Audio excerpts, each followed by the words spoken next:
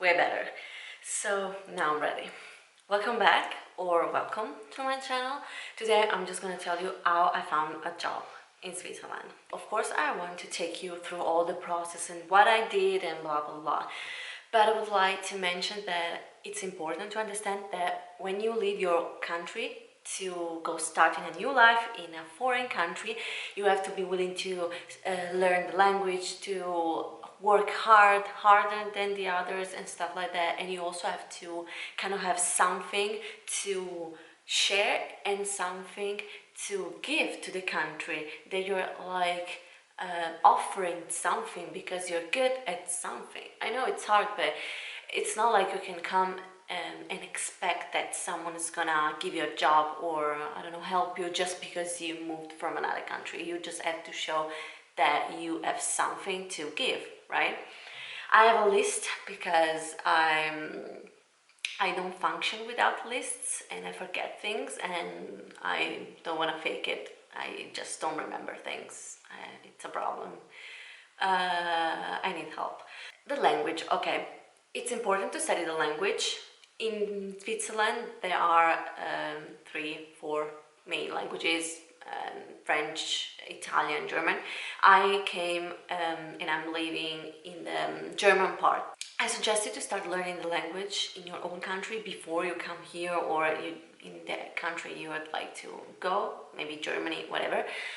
Because the courses, like the classes, are expensive, and if you start studying by yourself at home in your own country, it's way better and easier, and then you come here and you just improve and get better. That's my advice. And yeah, because I studied a lot by myself, but it was hard, and I also didn't have a lot of time and it was stressful. So I came here with really just a little bit of knowledge of the language, and I struggled at the beginning.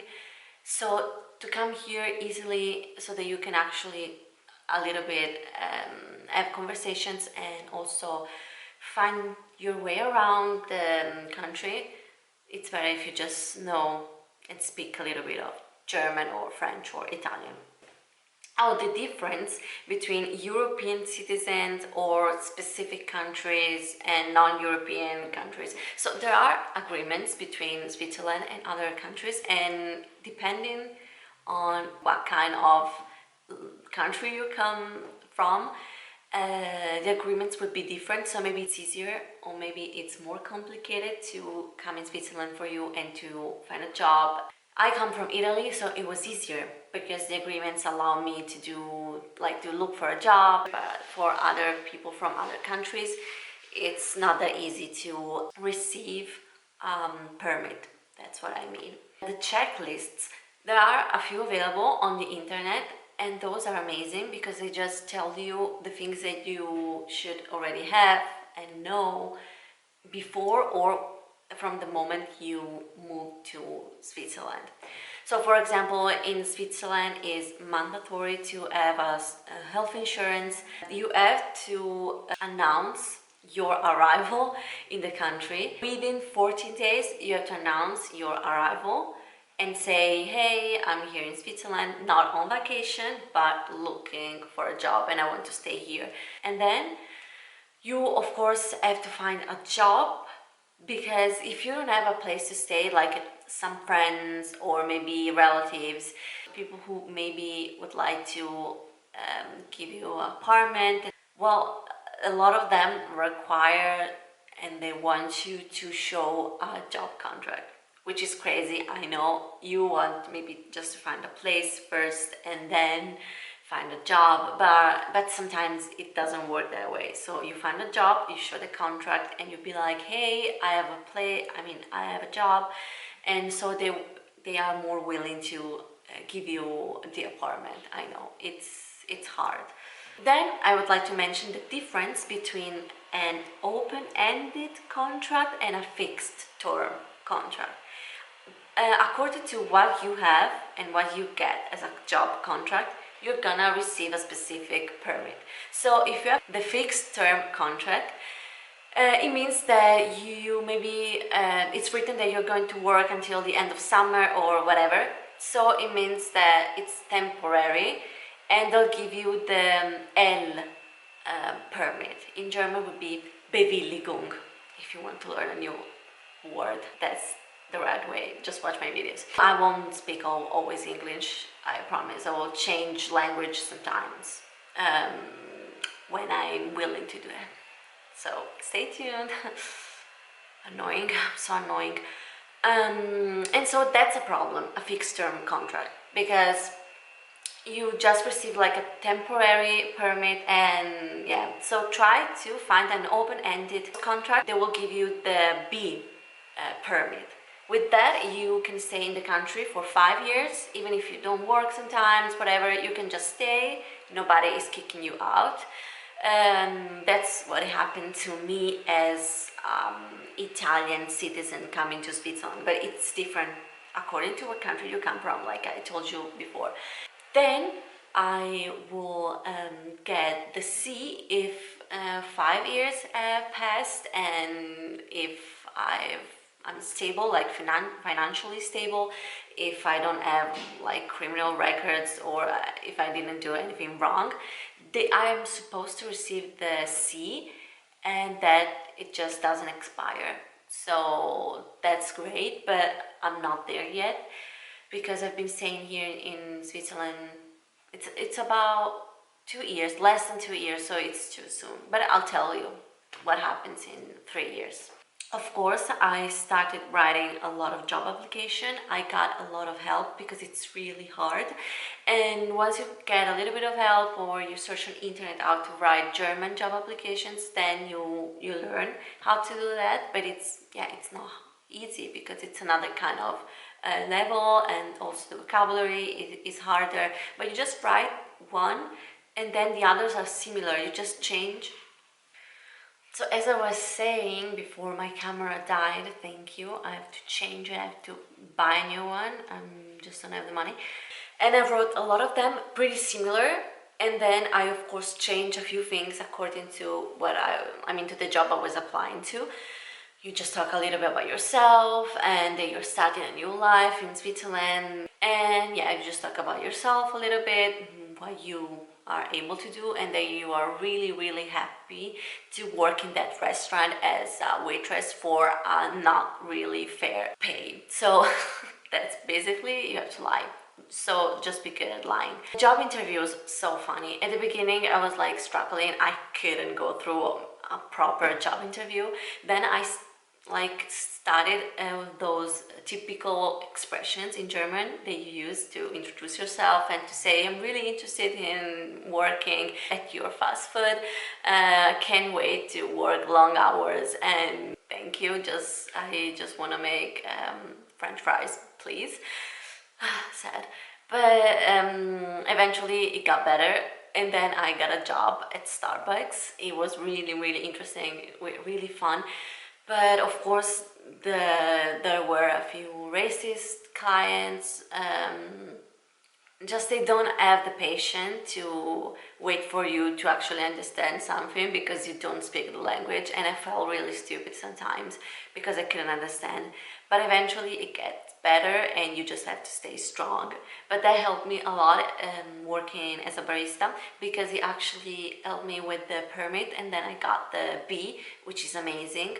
And then I could actually start doing something else, because now I'm doing a commercial apprenticeship, which means that I go to school, but I also work in an office.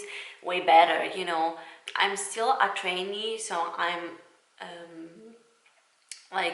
earning not that much, but at the end of these 3 years, so now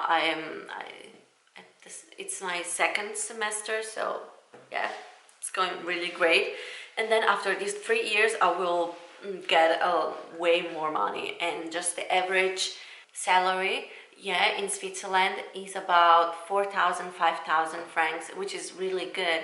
So that's my goal, to study here in Switzerland and working here, so that I adjust and I'm attending a Swiss school, you know, not like a private one. Just my other classmates are either born here, or just a few were born in other countries, but the majority are born here. So, you know, that's amazing, because I feel way more accepted now that I'm doing something that is actually helping me to adjust in the country. The language barrier is the most common problem in work, I would say here in Switzerland, but everywhere, because you are not taken seriously, because you don't speak the language. So they will think that you're stupid, that you really don't get things, that you're not intelligent and clever enough, just because you are making grammar mistakes or your accent is really strong.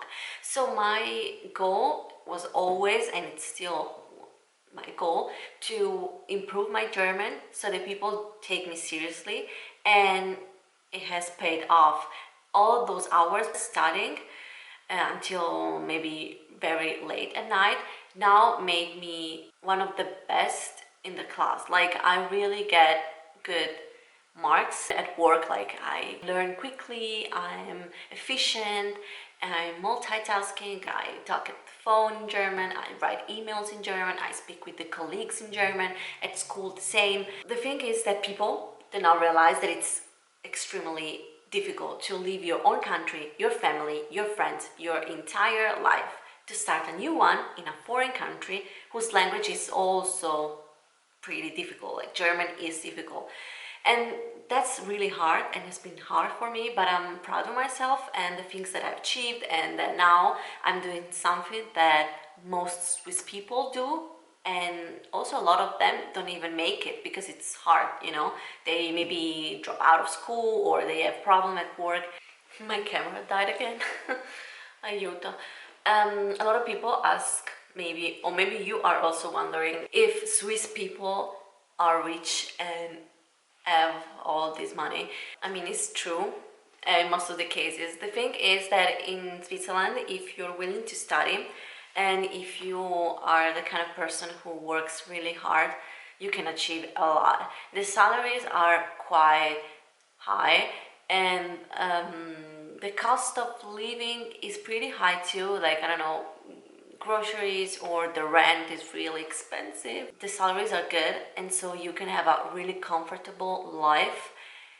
That's why I'm studying at a Swiss school, because so that I can just have a normal salary. I want to feel like I belong here, and that's a way better feeling than always feeling judged because I'm the foreign person coming from another country who came here to steal Swiss people's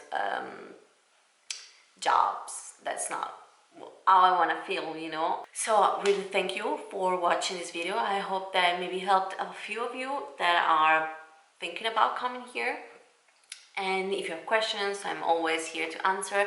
And thank you so much to all those people who are commenting under my videos, and thank you so much. I have recently noticed that the video I learned German 6 months got 6,000 views, so thank you so much. I really appreciate it. I'm not the kind of person who is like, okay, whatever, people are commenting or just writing nice things. I like making these videos. It's my hobby and it keeps my mind off things. I will try to post as much as possible. I have a lot to do. I'm stressed, I go to work, I go to school, I have a new apartment, and we have a lot to do, but I'm trying to make these videos because it makes me happy. If you want, you can subscribe, because I know a lot of you watch my videos but you're not subscribed, and I'm not the kind of person who wants to push this kind of things. If you want to subscribe, just do it, but it will just make me so happy, because so I understand how many people are actually watching my videos and not casually bumping into them, you know, because I get sometimes maybe 6,000 views and sometimes a few hundreds, and I have 130 subscribers. So if you like, you can subscribe and maybe hit the bell notification so that you will receive a notification when I post something, because it's not always on the same day, on the same month, or on the same year. I'm just chaotic. And yeah, if you'd like, you can comment. I'll see you in the next video. This video, I did it because it was requested. So I read your comments and I follow your advice. So I belong to you, basically. I do everything you want. No, I'm not.